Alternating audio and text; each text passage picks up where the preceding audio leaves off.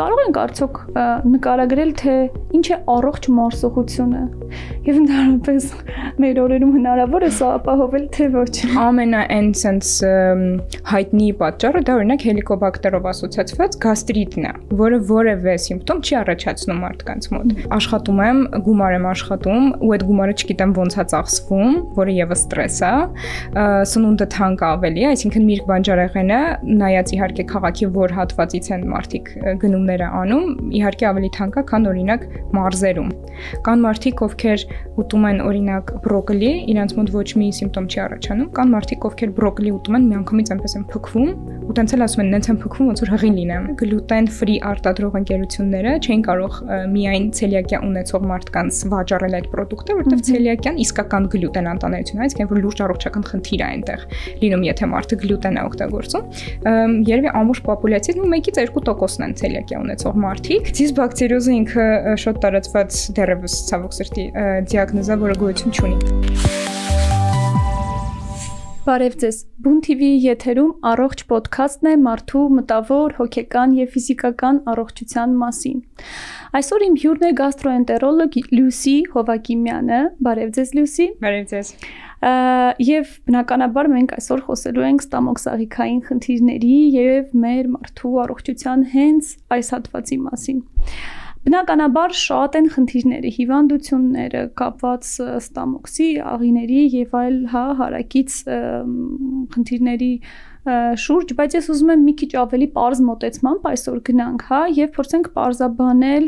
այն նվազագույնը մարդկանց համար, որ պետք է իմանան հենց ստամոքսաղիքային համակարգի մասին, եւ երևի թե սկսենք այդ ամենատարածված խնդիրներից՝ ֆունկցիոնալ կամ ոչ ֆունկցիոնալ ախտաբանական, որպեսզի մի քիչ ավելի հասկանալի եւ ճանաչելի լինի այդ խնդիրը մարդու կողմից։ Երևի ճիշտ կլինի հստակեցնեմ այն մասով, որ բժիշկներին սովորաբար նաև դիմում են կախված նրանից, թե նրանք ինչի մասին են շատ խոսում սոցհարթակներում, ու քանի որ ես շատ եմ կենտրոնացել այս պահին ֆունկցիոնալ խնդիրների հետ կապված, որովհետև շատ են նմանատիպ պացիենտները, ֆունկցիոնալը կբացենք, մի փոքր ուշ,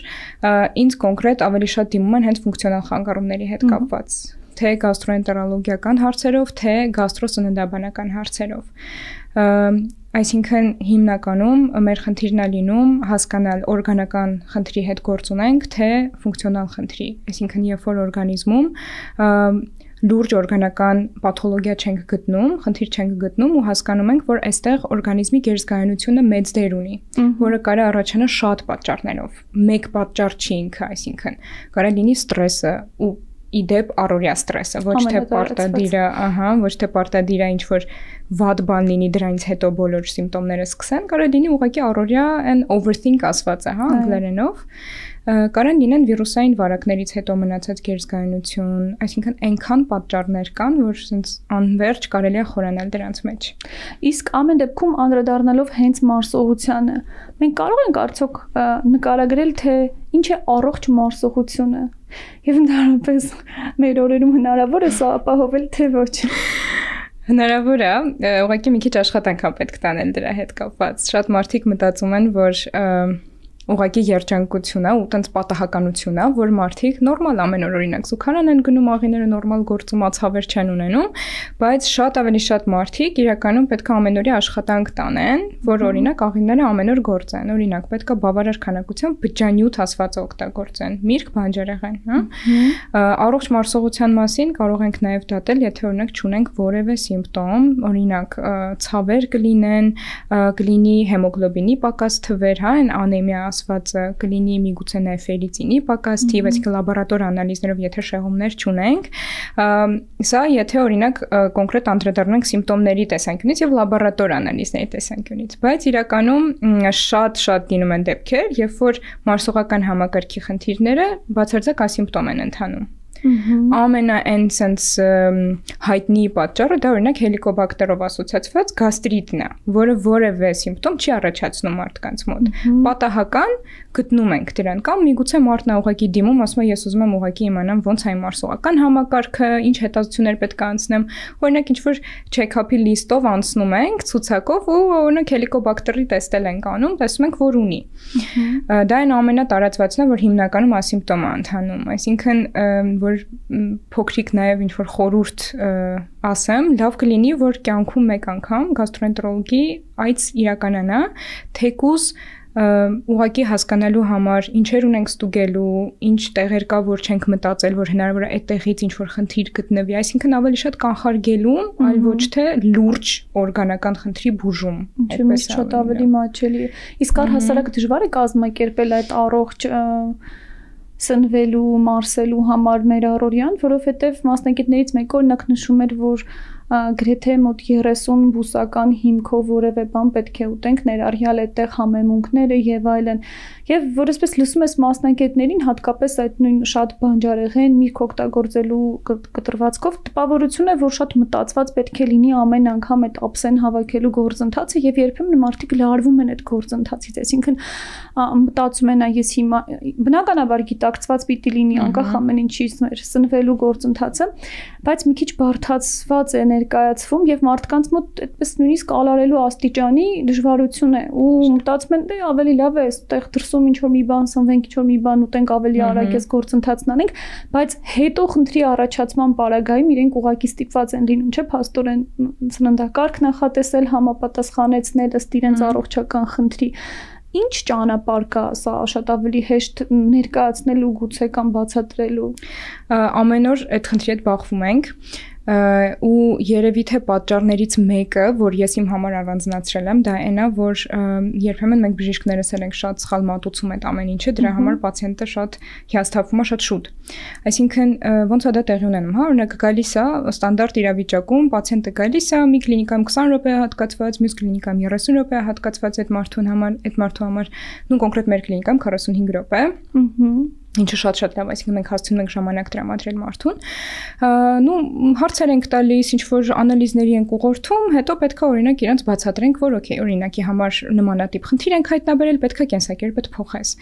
Այդ կենսակերպի մասին խոսում ենք ընդամենը 5 րոպե, երևի թե, ու այդ 5 րոպեում մենք մարդուն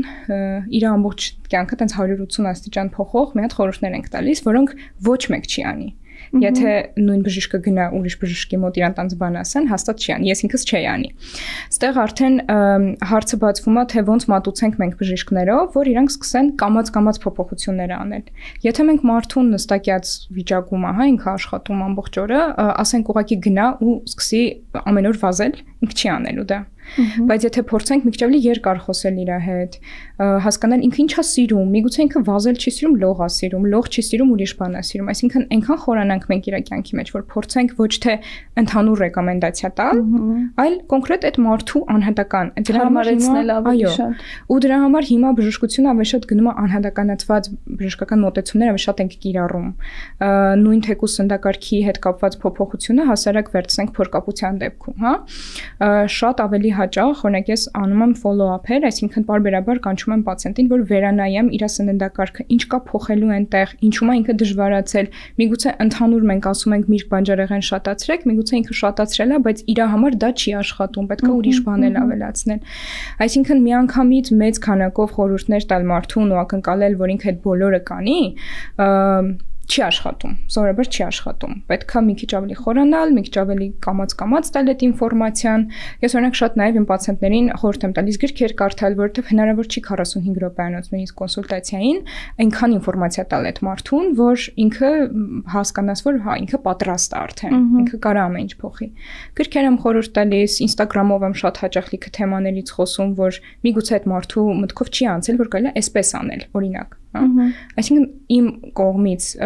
որ ես գտել եմ լուծումը ու փորձում եմ հիմնականում այդպես անել, դա շատ դանդաղ մարդու մոտ կյանքում փոփոխություններ կատարելն է ու հենց իր սիրած փոփոխությունները։ Իսկ ինչքանով են ուրբանիզացված ժամանակակից երկրների այս առօրյան ազդում ընդհանուր ստամոքսաղիքային հիվանդությունների մարսողության գործընթացի վրա, որովհետև դիտարկում եմ, որ շատ քիչ են իրավիճակները, որ մարդիկ տրամադրվում են, նստում են, չգիտեմ, ընտանիքում երեկոյան սննդի ընդունման, այտենց մի քիչ ավելի ռիտուալին մոտ, հա, կազմակերպում է սննդի ընդունումը, որովհետև նաև այստեղ շատ իրավիճակներ են լինում, որ չգիտեմ, օրինակ քննարկվում են շատ ստրեսային թեմաներ, կամ օրինակ երեխաների պարագայում ինչը շատ տարածված է, այդ օրվա վատ գնահատական կամ ինչ որ վատ պահվածքի հարց է քննարկվում, որտեղ ծնողները այդ պահին են տանի եւ իրենք այդ ժամանակն են օգտագործում եւ սննդի եւ երեխաների հետ ինչ որ հարցեր բարձաբանելու, դաստիարակչական բնույթի եւս լուծելու կտրվածքով։ Ու ստացվում է այնպես, որ շատ ստրեսային է գրեթե բոլոր օրվա ընթացքում սննդի ընդունման գործընթացը։ Սա ինչ հետևանք կարող է թողնել։ Տեսեք, եթե առանձնացնենք կոնկրետ սննդի ընդունման հետ կապված հարցը, շատ բնորոշ է,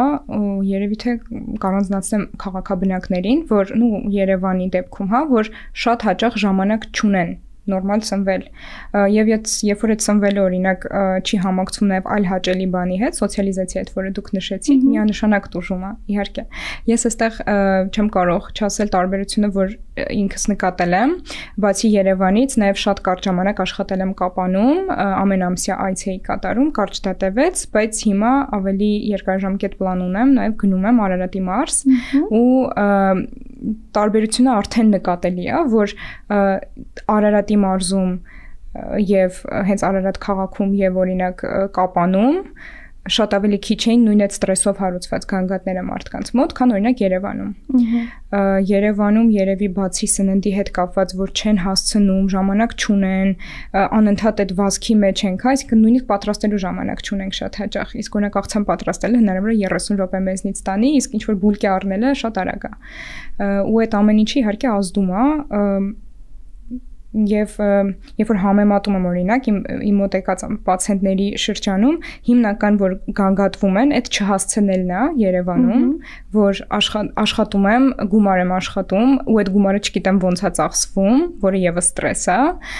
սնունդը թանկ ավելի է այսինքն միրգ բանջարեղենը նայած իհարկե քաղաքի որ հատվածից են մարդիկ գնումները անում իհարկե ավելի թանկ է քան օրինակ մարզերում հա այսինքն այս ամեն ինչը իհարկե ազդում է մարդկանց առօրյայի վրա ու նույնիսկ sense հարցերում ենք մենք խորանում։ Մի պացիենտ ունեի, օրինակ իր հետ խորացանք, այնքան հասանք, որ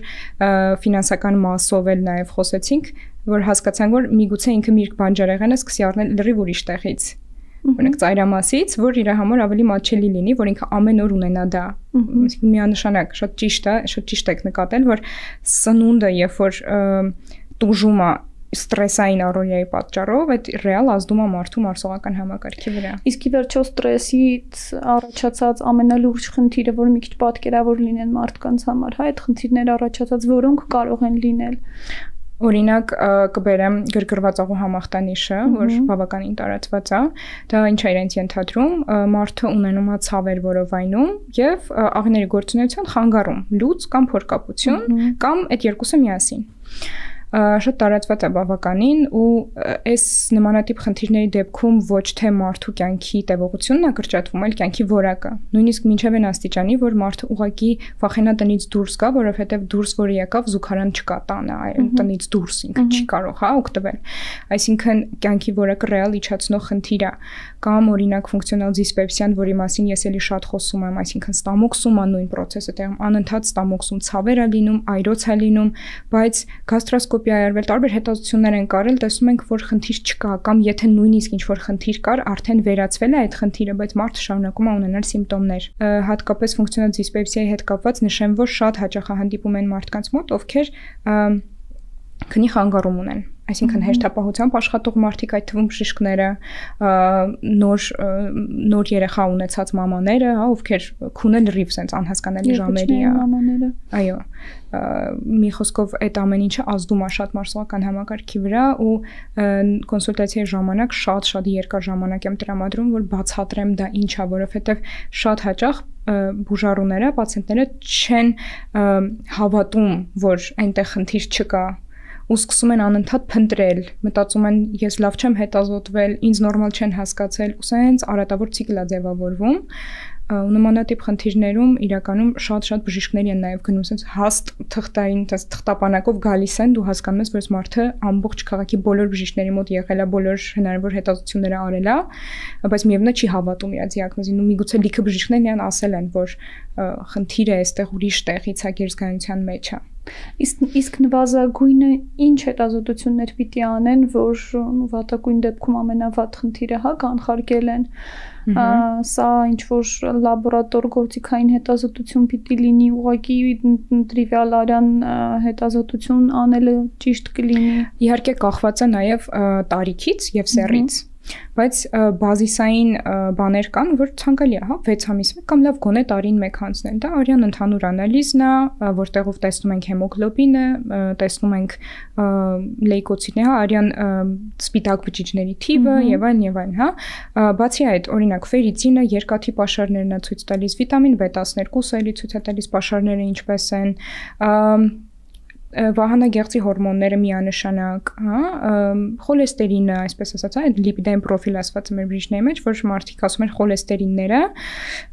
դրանք եւ այն բազիսային բաներն են, որ արժի հանձնել, իսկ արդեն գաստրոսկոպիա, կոլոնոսկոպիա, կոնկրետ նեղ մասնագիտացված մեր գաստրոենտերոլոգիական հարցերի շուրջ լավ կլինի, որ կոնսուլտացիա իրականացվի, մինչեւ այդ հետազոտությունները անցնելը, նոր արվի, որովհետեւ շատ հաճախ են գալիս մեր մոտ արդեն գաստրոկոլոնոսկոպիա արված ու դու հասկանում ես, որ օրինակ այստեղ կարիք կար հետազոտության ժամանակ ինչ որ տեղից կտոր վերցնելու, հյուսվածքաբանական հետազոտություն անել։ Ու դա բնականաբար պացիենտը չի իմանում դրա մասին, որ կան խնդիրներ, որոնք որ միայն միկրոսկոպիկ մենք կարող ենք տեսնել, այսինքն միայն հյուսվածաբանորեն կարող ենք իմանալ ու նորից այդ բուժառուին ուղարկել նույն հետազոտությունը իրականացնել, արդեն բժշկի համար է դժվար լինում, որպեսզի նմանատիպ հարցերի շուրջ չկանգնենք, լավ կլինի, եթե մտածում եք, որ պետք է գաստրոսկոպիա, կոլոնոսկոպիա, լավ կլինի մի անգամ գոնե խորհրդացեք բժշկի հետ։ Իդեպ մոռացա նշել նաև որովայնի խոռոչի սոնոգրաֆիան, ուզի հետազոտությունը շատ տարածված որ ասում են, որը շատ կարևոր է, եւս կարևոր է, եւ իհարկե շատ լավ կլինի, որ մեր ժողովրդի մեջ մի քիչ այդ սերմանենք, որ թեթև գանգատը, եթե մի փոքր երկար է տևում, նույնիսկ դիմեք բժշկի։ Մենք դա շատ տեսնում ենք ռուսների մոտ, հիմա ռուսները քանի որ շատ են Հայաստանում, բնականաբար մեր պացիենտների մեջ էլ ավելի շատացել են ռուսները ու մենք տեսնում ենք ինչքան հսկայական է տարբերությունը։ Ռուսների մոտ, եթե ինչ-որ մի փոքր, մի թեթև այն չի գնում մի բան, միանգամից դիմում են բժշկի, այսինքն այս մարդիկ հստակ հասկանում են, որ իրանց համար շատ ավելի հեշտ է կանխարգել այդ լուրջ խնդրի առաջացումը, քան հետագայում, այսպես ասած, դանակը ոսկորին հասնի ու սկսեն մեծ ծախսեր անել, շատ ավելի լուրջ տեղեր ընդունել, այդ տարբերությունը հստակ է։ Այո, սա մի քիչ մշակութային մոտեցման հարց է, որը կարծում եմ երկար ճանապարհ ունենք անցնելու, որ կարողանանք շտկել։ Անդրադառնալով շատ տարածված խնդիրներին, մի քանիսի մասին փորձենք խոսել եւ բարձաբանել, տեսնենք ինչպես կարելի է նաեւ այս հարցերին անդրադառնալ։ Փքվածություն որովայնի շրջանում շատ էլի տարածված մի խնդիր, երբեմն մարդկանց համար անհասկանալի, սա արդյոք ինչ որ ճարպերի հետ է կապված, լիմֆատիկ համակարգի սխալ աշխատանքի հետ է կապված, ինչ է սա այդ փքվածությունը, ինչ որ գազեր են կամ հայտնի կամ անհայտ այլ խնդիր է եւ ընդհանրապես սա ինչ ախտաբանական նկարագիր ունի, արդյոք հենց կոնկրետ ստամոքսաղիքային խնդիրների հետ է կապված, թե կարող է բոլորովին այլ պատճառներ ունենալ։ Շատ ակտուալ հարց է, հիմա շատ են փքվածությամբ դիմող պացիենտները, ստեղ էլի կարևոր է, որ մենք բուժառուին շատ հարցեր տանք, այսինքն անամնեզ ասվածը շատ կարևոր է։ Փքվածությունը կարելի է շատ պատճառներից, թե մարսողական համակարգի հետ կապված պատճառներից, թե չկապված պատճառներից։ Նույնիսկ օրինակ կարող է լինել որևէ օնկոլոգիական հիվանդություն, որովայնի խոռոչում եւ դա արտահայտվի միայն փքվածությամբ, այսինքն այնքան բազմազան պատճառներից կարող առաջանալ, եթե օրինակ դիմել են գաստրոենտերոլոգի, բնականաբար բոլոր հարցերն ենք նախ տալիս, հետո անցնում ենք անպայման լաբորատոր եւ գործիքային հետազոտությունների, որպեսզի հասկանանք պատճառը փքվածության, արդյոք դա այդ նույն ասված ֆունկցիոնալ հարցն է, այսինքն մարդու մոտ առկա է գերզգայունություն, թե այլ խնդրի հետևանքով է առաջանում փքվածություն։ Բացի այդ շատ կարեւոր է նաեւ հաշվի առնել իհարկե տարիքը, սեռը, հարցերի բնույթը իհարկե տարբերվում են եւ նաեւ մեր կողմից առաջարկվող հետազոտությունների ցանկն է տարբերվում։ Բնականաբար ավելի երիտասարդների մոտ մեր այսպես ասած դիֆերենցիալ դիագնոստիկան, այսինքն ախտորոշման դիֆերենցումը, թե ինչ խնդիրներ կարող են լինել, այլ է, իսկ օրինակ ավելի տարիքով մարդկանց մոտ բնականաբար մենք փորձում ենք շղթենք ավելի լուրջ հարցերը, հետո նոր արդեն հասնել նրան, որ օքեյ, միգուցե այստեղ ինչ որ ֆունկցիոնալ հարց է։ Եվ այստեղ կարևորում եմ նշել, որ փքվածության հետ կապված, քանի որ հիմա շատ խորացել եմ դրա մեջ, փքվածության համար ոչ միայն կարևոր է սննդակարգը, այլ նաև այնքան մանր բաներ, օրինակ, ինչա հագնում տվյալ բուժառուն։ Միգուցե ինքը շատ քիփ հագուստ է հագնում ամեն օր։ Բնականաբար նմանատիպ դեպքերում մենք ունենում ենք ճնշում որովայնի խորոչում ու ունենում ենք փքվածություն։ Կամ միգուցե ինքը նստում է շատ մեջքը կախ վիճակում, կամ միգուցե ունի մեջքի խնդիր, որ չի կարողանում մեջքը ուղղել, դա եւս կարող է փքվածության բերել։ Այսինքն այնքան բազմազան են։ Ու դրանք տարբերակելը հիմնականում հենց հնարավոր է լինում երևի բացառելու սկզբունքով, այո, շատ հաճախ բացառելու սկզբունքով, այո։ Բացի այդ, ես պարտադիր ուզում եմ նշել այդ փաստը, որ մեր բոլորի օրգանիզմում կա ինչ-որ քանակով գազ, այսինքն աղիներում միշտ կա գազ, նույնիսկ եթե մենք քնած ենք, այնտեղ կա գազ։ Եվ կան մարդիկ, ովքեր որ զգում են այդ գազի քանակությունը շատ, կան մարդիկ, ովքեր ընդհանրապես չեն զգում։ Այ հենց էսա տարբերությունը գերզգայունության։ Կան մարդիկ, ովքեր ուտում են օրինակ բրոկոլի, իրենց մոտ ոչ մի սիմպտոմ չի առաջանում, կան մարդիկ, ովքեր բրոկոլի ուտում են, միանգամից այնպես են փքվում, ու տենց էլ ասում են, նենց եմ փքվում, ոնց որ հղի լինեմ։ Բայց այստեղ մարդը մեղավոր չի։ Նաև գալիս են ասում են կարող է ամեն ինչ գլխիս մեջ է, չէ, ոչ թե գլխի մեջ է, այլ այստեղ մարսողական համակարգում ունենք գերզգայունություն։ Ու որպեսզի լսողները նաև պատկերացնեն, թե ինչքան մեծ աշխատանք է իրենց տանում փքվածությունից ազատվելը, դա ոչ միայն բժշկական մեր կողմից ինչ-որ դեղորայք է, ինչ-որ խորհուրդներ են, այլ նաև շատ հաճախ կարիք է լինում հոգեթերապևտի աջակցության, շատ հաճախ երևի նու ֆունկցիոնալ հիվանդությունների, ֆունկցիոնալ խնդիրների մեծամասնությունը միայն գաստրոենտերոլոգի վարմանը չի պատասխան չի լինում, այո, ենթակա չի, այսինքն նաև հոգեբույժ, հոգեթերապևտ, այստեղ անպայման կարիք է լինում։ Ինչու՞ չէ նաև օրինակ ֆիթնես մարզիչներ, ովքեր որ կարող են մեզ օգնել ճիշտ ձևով աշխատանքը տանելու, հա, օրինակ ճիշտ մկանախմբեր աշխատացնեն։ Այստեղ էլի շատ կարևոր է, որ ուզում եմ նշել, որ շատ հաճախ են ասում, որ քաշերով մարզվելու դեպքում, երբ որ օրինակ շատ անընդհատ ծանրություններ են բարձրացնում, ինչը շատ լավ է մկանային զանգվածի համար, բայց այդ նմանատիպ պացիենտները նաև նշում են, որ իրանք այդ մարզումից հետո եւ բավական երկարաժամանակ փքվածություն են ունենում։ Այստեղ մոռացված են նաև այն մկանախմբերը, որոնք որ պատասխանատու են մեր օրգանների պահման համար, դա կոնքի հատակն է։ Կարևորագույն ֆունկցիաներից մեկը։ Այո, շատ կարևոր է, հատկապես ի դեպ կանանց դեպքում, որ շատ է տուժում, մանավանդ եթե ծննդաբերած կանայք են լինում, կոնքի հատակն է, որովայնի լայնական մկանն, այսինքն ամենախորանիստ մկանը, մեր դիաֆրագման, ստոցանին եւ իհարկե մեջքի մկանները։ Այսինքն այս ամեն ինչն էլ պետք է աշխատել, որպեսզի պատկերացնեն, թե միայն սննդակարգ փոխելով շատ հաճախ հնարավոր չի լինում հասնել մեր ուզած արդյունքին։ Այս բոլորը պետք է համակցել, որ հասնենք ցանկալի արդյունքին։ Շատ լավ, մեկ այլ տարածված խնդիր է նաև անտանելիությունների խումբը, այսպես ասած, հա, երևի սենց կարելի է բնորոշել, որովհետև տարբեր մարդկանց մոտ դրանք տարբերվում են, մեկի մոտ գլուտենն է, մյուսի մոտ լակտոզն է, եւ եթե տարիներ առաջ շատ նույնականացման հարց կար, այսինքն դրանք չէինք անվանում որևէ կերպով, դրանք միևնույն է եղել են, մարդու օրգանիզմը շատ տարբերվել է, մեկի մոտ մի փոքր շատ, մեկի մոտ մի փոքր քիչ գուցե, բայց կախված նրանից թե ռացիոնում ինչ են օգտագործել, ըստ դրա դուրս են եկել ախտանիշները, չէ։ Հիմա նախ հասկանանք, թե սա ինչ խնդիր է, բնական է, որ չի բուժվում, չէ, որևէ անտանելիությունը։ Եվ ընդհանրապես ինչ պետք է անել այս խնդրի դեպքում ու արդյոք հնարավոր է սա նախապես իմանալ մինչև որևէ ախտանիշի հայտ գալը։ Շատ մեծ թեմա է, ես փորձեմ կարճ հակիրճ ներկայացնեմ։ Իրականում անտանելիությունների մասին շատ ավելի շատ խոսում են, քան արժի, քան իրենք կան, քան իրենք գոյություն ունեն։ Երևի թե ամեն երկրորդ բուժառու դրա հետ կապված հարց տալիս է։ Սկսենք երևի հերթով, հա, երևի ամենատարածվածներից դա լակտոզ անտանելիությունն է, որը նու ստանդարտ տեստ համարվում է, ոսկե ստանդարտ տեստ համարվում է շնչառական տեստ, այլ ոչ թե գենետիկը, գենետիկ անալիզը համոզված եմ ձեր դիտորդների մեջ էլ հաստատ մարդիկ կլինեն, ովքեր որ հանձնել են, հիմնականում դա գալիս է, որ գենետիկորեն ունենք լակտազային անբավարարություն, այսինքն լակտազա ֆերմենտը չի սինթեզվում նորմալ քանակով, բայց դա չի նշանակում, նշանակում, որ տվյալ մարդը չի կարող բացարձակ լակտոզա ուտել։ Դա ուղղակի ասում է, որ գենետիկ մակարդակում, օքեյ, այսպեսի ինչ-որ խնդիր ունենք, բայց դա այսպես ասած կլինիկորեն նշանակալի չի։ Բացի այդ, նաև շնչառական տեստի հետ կարելի է համակցել, որի ժամանակ լակտոզա են մեծ գնում, մեծ քանակ ասվածը 25-ից 50 գրամ, նայած որ լաբորատորիանում է, 25-ից 50 գրամ լակտոզա են խմում, հա, եւ դրանից հետո սկսում են փչել տրուբիչկայի մեջ, խողովակի մեջ ու այնտեղ տեսնում ենք էլի, հա,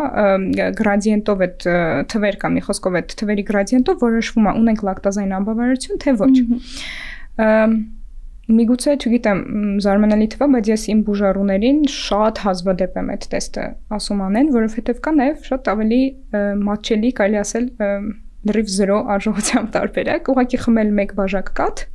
ու հետևել սիմպտոմներին։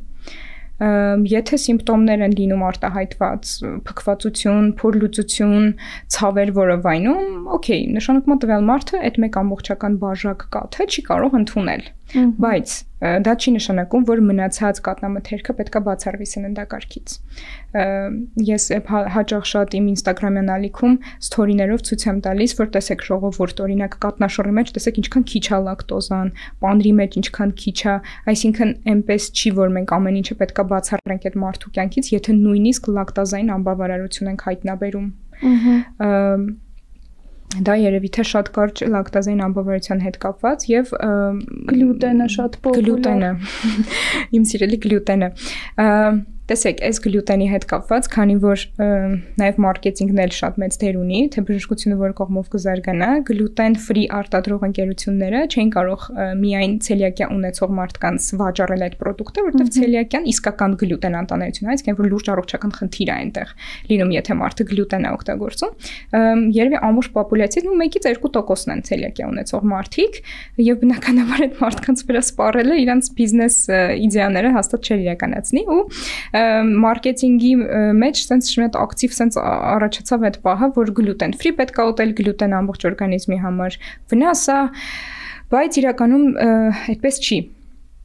Իրականում գլյուտեն անտանելություն ու ցելիակիա կոնկրետ հիվանդությունը շատ լուրջ հիվանդություն է, որը հայտնաբերվում է արյան անալիզով եւ գաստրոսկոպիայի ժամանակ կտորներ են վերցվում 12 մատնի աղիքից, դրանք համադրվում են ու նաեւ իհարկե կլինիկական պատկերը եւ նոր արդեն հասկանում ենք այստեղ ունենք ցելիակիա թե ոչ։ Ու ցելիակիայի դեպքում որպեսզի մարդիկ նաեւ պատկերացնեն թե ինչքան լուրջ է այդ հարցը, բացի նրանից որ պետք է սննդակարգից հեռացնեն գլյուտեն պարունակող ուտելիքները, այլ նաեւ այդ մարդիկ բարբերաբար պետք է բժշկի գնան, բարբերաբար պետք է անալիզներ հանձնեն, գաստրոսկոպիա անցնեն, եթե երեխային պլանավորում հետագայում երեխային է պետք է ստուգեն, այնքան հարցեր է, մոտիկ հարազատներին պետք է ստուգեն, այսինքն այնքան հարցեր է բացվում։ Հիմա շատ ակտուալ է նաև դարձել գլյուտեն անտանելիություն, բայց չպայմանավորված ցելիակիայով, հա, այսինքն օրինակ անգլերենով NCGS են ասում non-celiac gluten sensitivity, այսինքն ոչ ցելիակ պայմանավորված գլյուտեն անտանելիություն, հա, եթե հայերենով փորձենք թարգմանել, ամբողջ աշխարհում դա հաղթորոշելու տարբերակ չկա։ Դա կլինիկորեն է դրվում այդ ախտորոշումը եւ հիմա շատ անգլերենով էլի կասեմ բառը hot topic, այսինքն այդպես բավականին տարածված է եւ շատ խոսվում է նրա մասին, որ այստեղ օրինակ գլյուտեն պարունակող ուտելիքներից առաջացող սիմպտոմները պայմանավորված են ոչ թե գլյուտենով, որը սպիտակուց է, այլ դրանց մեջ եղած ֆրուկտանով, որը ածխաջուր է։ Ախ, այդ ածխաջուրը։ Այո, եւ դա համատարած է, այսինքն մարդկանց մեծամասնությունը ֆրուկտան ու ֆրուկտոզային հետո կանդրադառնանք, ֆրուկտոն օրինակ չի մարսում, մարսողական համակարգի վերևի հատվածում, անցնում է հաստաղիկ ու հաստաղիքում քանի որ բավականին շատ բակտերիաներ ունենք միլիոններով, ու մետաբոլիզում են այդ ամենը, նյութափոխանակության են ենթարկում, բավական շատ գազեր են առաջանում։ Հիմա ուրիշ հարց։ Ես կարող եմ չզգամ այդ գազը, բայց օրինակ իմ բուժառուն զգա այդ գազերի մեծ քանակություն։ Այստեղ արդեն խոսում ենք էլի գերզգայունության մասին, այսինքն նորից տակ ընկած է գերզգայունությունը։ Ու տվյալ մարդուն ասել հանի լրիվ քո կյանքից գլյուտենը, դա առնվազն ոնց որ այդ մարդու կյանքի մեջից այնց գույները հանենք, որտեղ որ նայենք գլյուտեն պարունակող այդ ապրանքները ինչքան բանի մեջ են ավելացվում,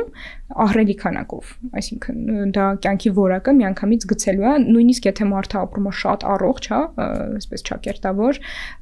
եւ մաքսիմալ շատ միրգ բանջարեղեն է ուտում, մաքսիմալ քիչ է ուտում, չգիտեմ, ինչ որ հացաբուլկեղեն նմանատիպ բաներ, նույնիսկ այդ դեպքում իրանց մոտ շատ այնքան բանը դուրս գալիս ռացիոնից, որ ուղղակի անիմաստ է այդ մարդուն տենց մեծ սահմանափակման մեջ դնելը ու դրա համար կարևոր է այդ տարբերությունը հասկանալը։ Իսկ այ խոսեցիք նյութափոխանակության մասին, այստեղ էլի շատ վերջերս ակտիվ քննարկվող թեմա է այդ միկրոբիոմ կոչվածը, ինչ որ անտեսանելի, հա, այսպես կոչված համակարգը, չգիտեմ, դա համակարգ են կոչում, ինչ են կոչում։ Եվ այստեղ շատ շահարկվում են նաև տարբեր պրոդուկտներ, որոնք մարդը պիտի ընդունի, պարտադիր, այստեղ նաև ավելանում է մի մեծ փունջ հավելումների, որոնք մարդիկ ընդունում են պարբերաբար, չգիտեմ, առավոտյան արտանալիս մոտ մի բուր կամ ուտելուց առաջ, ուտելուց հետո։ Եվ այստեղ հարց է առաջանում ոնց հասկանալ ինչ է այդ միկրոբիոմը ու ավելի լավ դարձնելու համար դա ինչ է պետք անել։ Միկրոբիոտան հիմա շատ էլի hot topic-ներից է համարվում, շատ հետազոտություններ են անում դրա հետ կապված ու արդեն իսկ բացահայտվել են բազմաթիվ եւ գաստրոենտերոլոգիական եւ ոչ գաստրոենտերոլոգիական խնդիրներ, որոնց առաջացման հիմքում ընկած է նաեւ միկրոբիոտայի խանգարումը աղիների։ Մեկ օրինակ կբերեմ, օրինակ Պարկինսոնի հիվանդությունը, որը բացարձակ կապ չունի մարսողական համակարգի հիվանդություն չէ, նյարդաբանական խնդիր է, դեր ունի այստեղ։ Առաջացման պատճառներից մեկը նշվում է միկրոբիոտայի փոփոխությունը։ Այսինքն շատ կարևոր է դա։ Ու նույնիսկ քաշի կարգավորման մասով է խոսվում, այսինքն հետազոտություններ են արվում բավականին շատ, հիմնականում մկների վրա են անում այդ հետազոտությունները, օրինակ մեկը բերեմ, որ հետաքրքիր է բավականին, որ մի փոքրավի գեր մկանից միկրոբիոտան վերցված է եւ տեղադրված է սովորական, նորմալ չափերի մկան աղիներում եւ այդ մուկը սկսել է քաշ հավաքել, ավելի շատ ուտել, ավելի քաշ հավաքել, այսինքն որպեսզի պատկերացնեք, թե ինչքան հետաքրքիր ճյուղ է ինքը։ Ու դեռևս զարգանում է, բայց ցավոք սրտի այդ ճյուղը որպես բուժական տարբերակ օգտագործվում է 1-2 հիվանդությունների դեպքում գայդային, ուղեցույցային մեզ տրված է օրինակ, որ երբ որ անընդհատ ունենում ենք հաստեղեքում Clostridium difficile ասվածը, ինքը բակտերիա է, որ ախտահարում է, այդ դեպքերում ինքը օգտագործվում է որպես բուժական մեթոդ, ֆեկալ միկրոբիոտայի տրանսպլանտա կոչվում, այսինքն կարճ ասած, ոնց որ այդ միկրոբներին տրանսպլանտացիա են անում հաստեղիկ, այո, միայն այդ դեպքում է, որ հաստատված ինքը բուժական մեթոդ է որպես։ Այլ պարագաներում, երբ որ մարդիկ օգտագործում են տարբեր բազմաբնույթ պրոբիոտիկներ, ամեն օր այդ հավելումները, պետք է հասկանալ ինչ ենք մենք օգտագործում այդ պրոբիոտիկները եւ շատ կարեւոր է թե որ պրոբիոտիկն ենք օգտագործում։ Պրոբիոտիկների հետ կապված ինչքան խորանում ենք, միևնույնն է դեռևս աշխարհը չի հասել, չի կարողանում այնպիսի պրոբիոտիկներ առանձնացնել, որ բոլորը համատարած ընդունեն ամեն շատ լավ կլինի։ Պրոբիոտիկների 1-2 տեսակներ կան, որ որոշ հիվանդություններն ու օրինակ անտիբիոտիկներից հետո առաջացած փորլուծության դեպքում ենք նշանակում, այն էլ դա էլ պետք է նայենք, էլի ըստ կլինիկայի եւ իհարկե տեսնենք որ խումբն ենք նշանակում, այնպես չէ որ բոլոր պրոբիոտիկները, բացի այդ պրոբիոտիկների հետ կապված իրանք օրինակ ստամոքսի թթվային միջավայրում ոչ բոլորն են ապրում, եթե նույնիսկ ապրում են, հասնելով հաստեղի, իրենք չեն մնում այնտեղ։ Կոպիտ ասած, ինչ խմեցինք, տենց դուրս է գալիս։ Ես որպես այդպիսին պրոբիոտիկներ խորհուրդ չեմ տալիս պացիենտներին ուղղակի հենց այնպես։ Ավելի կարևոր է այստեղ կոմպլեքս սննդակարգ փոխելը, այսինքն սննդակարգ փոխել ասելով, էլի վերադառնանք նրան, որ ռադիկալ միանգամից հնարավոր չի փոխել, դանդաղ միրգ բանջարեղեն ավելացնել, ամենակարևոր բանը, այսինքն բջջանյութ, ստրեսը մինիմալի հասցնել, որտեղ էլի հետազոտությունները մեզ բազմաթիվ անգամ ցույց են տվել, որ ստրեսը շատ վատ ազդեցություն ունի միկրոբիոտայի վրա,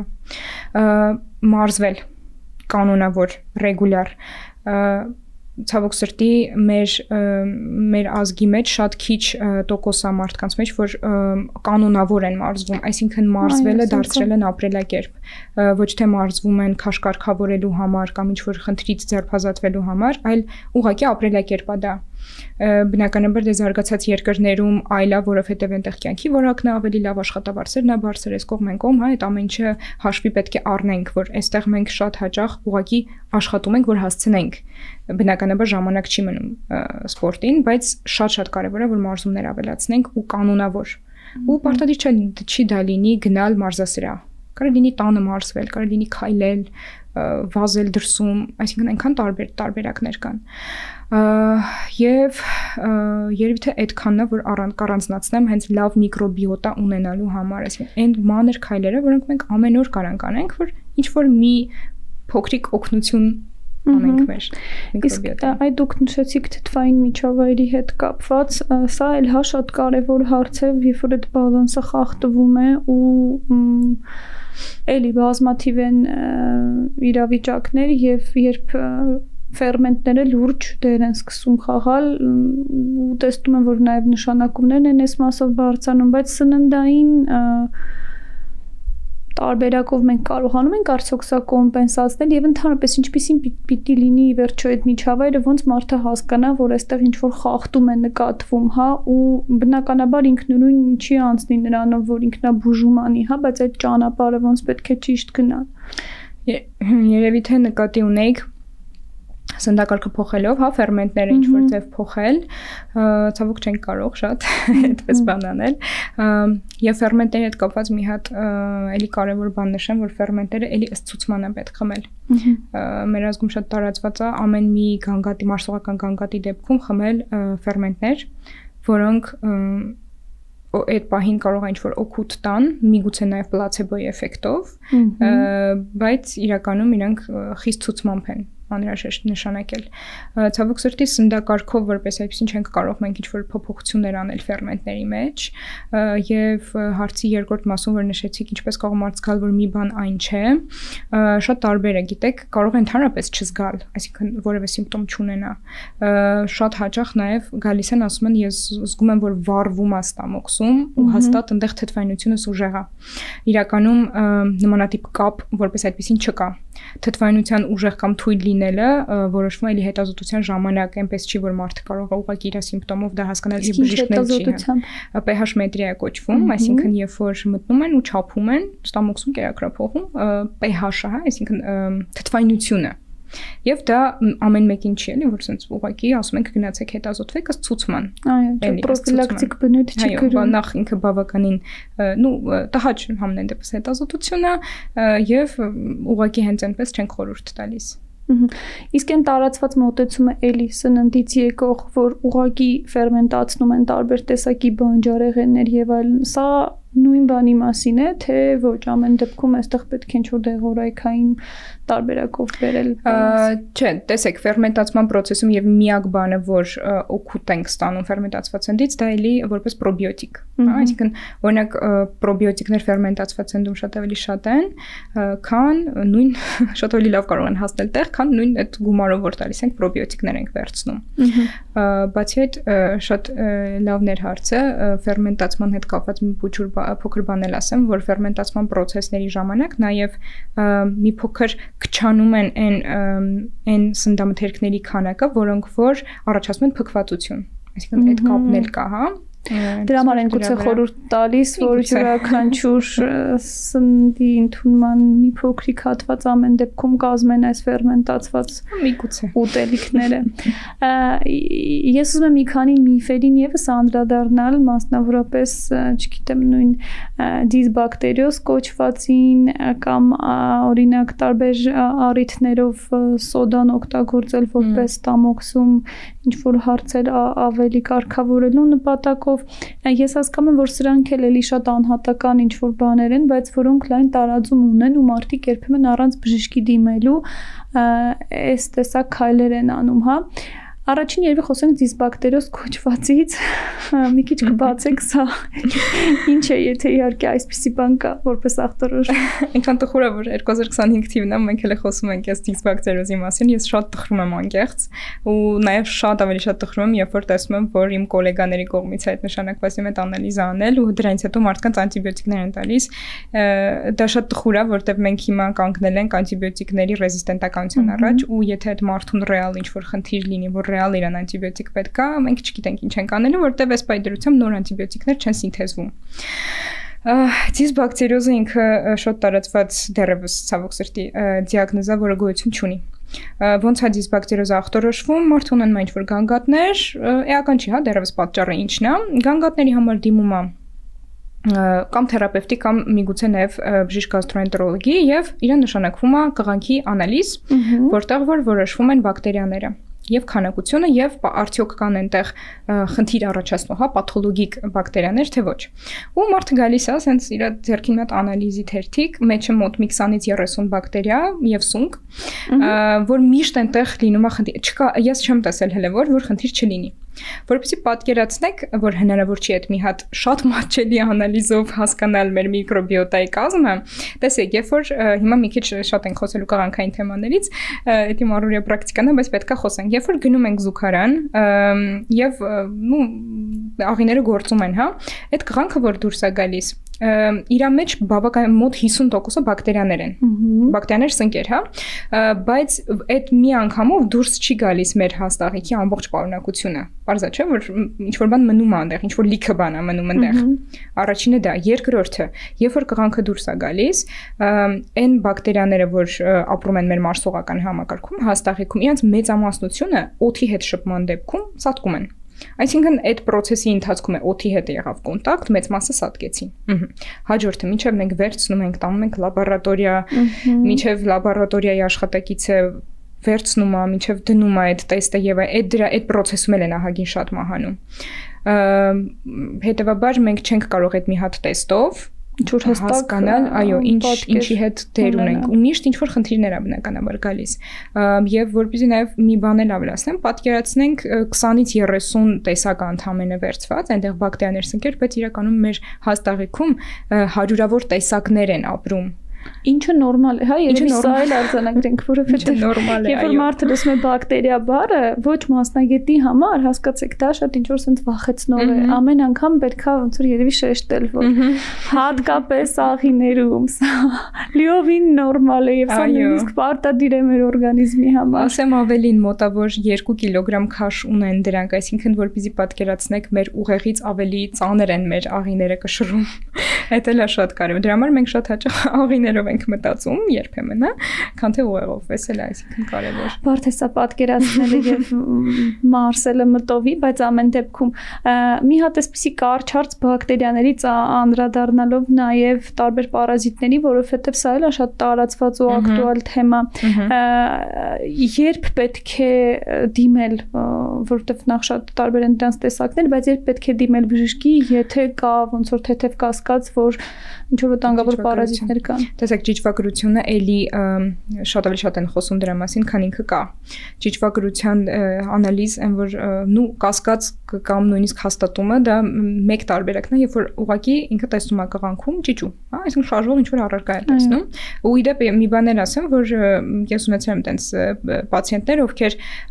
ճիճուն եւ լորձը խառնել են, այսինքն իրենց թվացել է այնտեղ ճիճու է, բայց եկամ լորձ է եղել, այսինքն դա է կարևոր, հա։ Նու բնականաբար դա որ տանում են արդեն լաբորատորիա, հասկացվում է, հա, որ լորձ է, այլ ոչ թե ճիճու։ Այսինքն մեկ հստակ ձև կա, որ տեսնում ենք կղանքում ճիճուներ։ Այդ մեկ։ Երկրորդ շատ հաճախ է դա նշանակվում ցանկացած անհասկանալի իրավիճակում, այսպես ասած, նշանակվում է ճիճվագրության անալիզ, բայց պետք է հիշել, որ ճիճվագրության անալիզը պետք է գոնե 3 անգամ հանձնել հստակ պատասխան իմանալու համար։ Այստեղ բավականին ֆակտորներ կան, հա, այսինքն այնպես չի, որ մեկ անգամ ճիճվագրություն հանձնեցինք, իմացանք, որ ունենք լաբորատորիայի հարց կարա լինի, հա, կարա լինի նույն հազարումի հարցը, տեսակների հարց, այսինքն պետք է էլի ըստ պացիենտի հասկանալ ու բացի դրանից նաև կարևոր է հաշվի առնել իր էլի անամնեստիկ տվյալներ, այսինքն օրինակ ինքը ինչ միջավայրում է ապրում, կա արդյոք իր հետ ապրող ինչ-որ ընտանի կենդանուն արդյոք պարբերաբար պատշաճ ձևով ճիճվաթափություն արվում, այնքան հարցեր կա, օրինակ այն մարդիկ ովքեր որ վիծիլինարները, հա, անասնաբույժները, նրանք իրենց դեպքում մի քիչ ուրիշ է, քանի որ իրանք շփվում են անդադ կենդանիների հետ, իրանք նույնիսկ խորհրդատրվում ինչ-որ ժամանակամեկ ստանալ, հա, հակաճիճվային դեղորայք բնույթ կրող, բայց դա չի նշանակում, որ ամբողջ բոլոր մարդկանց ու բոլոր ընտանի կենդանի պահողների մոտ դա պետք է արվի։ Ես ինքս ունեմ ընտանի կենդանի, շուն ունեմ եւ այս շանս ուղղակի պատշաճ ձևով բարբերաբար ճիճվաթափ եմ անում եւ վերջ, պետք չի անընդհատ անալիզներ հանձնել։ Հավատացեք, բժիշկները իրենց առողջության մասին են մտածում, եթե պետք լիներ, ես ինքս անընդհատ կհանձնեի այդ անալիզը ու անընդհատ դեղեր կստանայի։ Բայց չեմ անում, կարիք չկա։ Այսինքն այստեղ ինչ որ կարիք չկա պրոֆիլակտիկ, այլ պետքա ուղղակի հետևել, հասկանալ ինչ ախտանիշներ են նկատվում։ Նույն իհարկե այստեղ երևի երեխաների պարագայում է, որ մի փոքր ավելի զգուշ են լինում, որովհետև շփման շրջանակն է մի քիչ ավելի լայն, պարտեստ պրոցենտ գնում եւ այլն, մի քիչ ակտիվ է այդ մասով։ Երեխաների հետ կապված երևի ճիշտ կլինի մանկաբույժներ օրինակ իր կարծիք ասին, ու քանի որ մենք աշխատում ենք 18-ից մեծ պացիենտների հետ, բուժառուների հետ, միգուցե մանկական պրոֆիլում ինչ որ տարբերություններ կան, որոնք ես չեմ կարող իհարկե նշել։ Բայց ամեն դեպքում մեծերի պարագայում ֆիքսենք, որ կարիք չկա պրոֆիլակտիկ անելու։ Շատ լավ, փորձենք ամփոփել եւ ես վերջում ուզում եմ նաեւ անդրադառնալ ձեր մոտեցման ընդհանրապես առողջ լինելու եւ որ նա ձեր կողմից է մշակված բանաձևը առողջ լինելու։ Ես շատ sense ալիքաձև ընթացքով եկել հասել եմ այն կետին, որ ինքնախնամքը լավագույն մեթոդն է առողջ մնալու համար ու ինքնախնամքը շատ լայն հասկացություն է իհարկե իմ համար դա պատշաճ ձևով հանգիստ ունենալն է մանավանդ երբ որ պացիենտների հետ ենք աշխատում մեզ մոտ շատ հաճախ ժամպատարակ չի լինում հա զանգերի համար այսինքն հստակ սահմաններ դնելը մեկ երկրորդը իրոք առանձնացնել ժամանակը հանգստի ու 3-4 ամիսը մեկ լրիվ կտրման օրեր ունենալ միանշանակ մարզվելն է իմ համար որ արդեն երևի 7-8 տարի ես կանոնավոր մարզվում եմ, նույնիսկ մարզվելը դարձրել է ինձ մասնագիտություն, երկրորդ մասնագիտությունով ֆիթնես մարզիչ եմ աշխատել նաև ու ես չեմ կարող ուղղակի հանել իմ կյանքից մարզումը եւ իհարկե բավարար քանակով սնվելը ու որակյալ քանակով սնվելը ժամանակ հատկացնելը սնունդ սարքելուն, ժամանակ հատկացնելը առևտուր անելուն ընտրելուն, այսինքն մանր առօրյա գործեր, որոնք որ ժամանակ են տանում, բայց դու գոնե հասկանում ես, որ հետագայում դու լիքը բաներ կանխարգելում ես։ Իհարկե հնարավոր չի շատ բաներ կանխարգելել, ցավոք սրտի, բայց գոնե ինչը հասնում է մեզնից, մենք կարող ենք դա այս պահին էլ կանխարգելել ու իհարկե ստրեսի քչացումը, որը ինձ մոտ վերջերս նոր սկսել է ստացվել բավականին շատ նաև հոգեթերապիա անցնելուց հետո չեմ կարող դա չասել, որ ես ինքս դիմել եմ հոգեթերապևտի, որովհետև մեր մասնագիտության մեջ հատկապես այդ burnout ասվածը շատ շուտ է գալիս։ Այրման Այո, հուզական այրման համախտանիշը եւ բնականաբար այդ ստրեսի մինիմալիզացումը առանց հոգեթերապևտի շատ հաճախ անհնար է լինում։ Մի խոսքով այդ բոլոր կետերն է, որ ես իմ համար առանձնացրել եմ ու ամեն օր աշխատում եմ դրա վրա։ Բարի, շնորհակալություն։ Շնորհակալ եմ։ Բուն TV եթերում առողջ ոդքասթներ։ Ցտեսություն։